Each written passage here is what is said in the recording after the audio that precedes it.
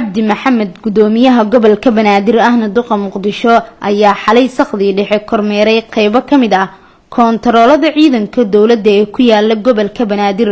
gudoomiye taabid ayaa kormeerkaasi ku tagay koontaroolada kala ah siinka dheer, daarusalaam, xoosh, kaxda, waxa uuna ciidamada kaga mahad celiyay sida wanaagsan ay ugu adkeysanayaan xaalad kasta oo la soo gudboonaato xilliga ay ku jiraan shaqada.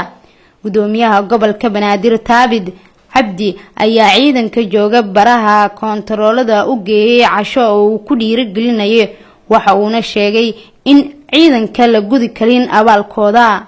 waxaan hadda taaganahay siinka dheer oo ah aan barta lagu koontaroolo gawaarida soo galayso magaalada muqdisho oo caawa aan goosanay inaan ciidamadeena ama halyeeyadeena ama dadkeena naftooda inoo horena caawa kula qaybsano meeshaan. waqtiga aan joogno waa waxay dhaaftay saqdii dhexe oo sanadkii cusub baa dhashay.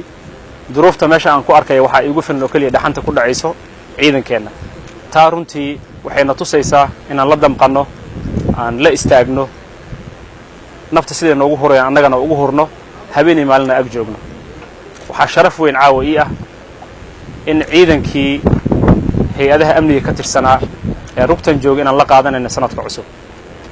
sanadkii hore ee 2017 wuxuu ahaa sanad kala duwan, duruufo adag iyo kuwo wanaagsan soo maray.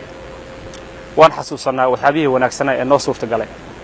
wax aan la samayn karin ayaan samaynay, tillaabooyin aan la qaadi karin ayaan qaadnay.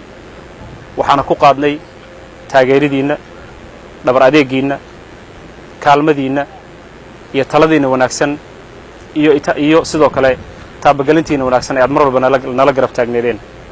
muqdishaawi kasta ee dal ku sugan ama dibadda ku maqan waxaan leeyahay sanad wanaagsan mar kale.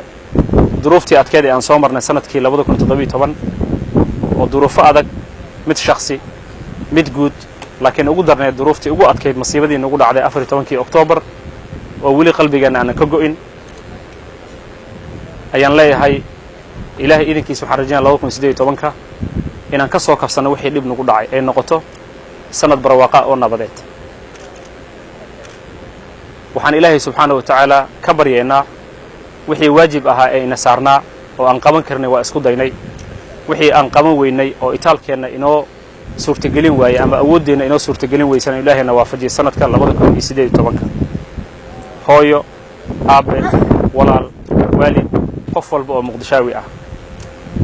duruufihii aan soo aragnay 2017 waxaan rajaynayaa inaysan nagu soo laaban 2018. taa waxay ku dhici kartaa oo kaliya markaan wadajir u shaqeyno. Zeyn Maxamed Aadan, Somali Cable, magaalada Muqdisho.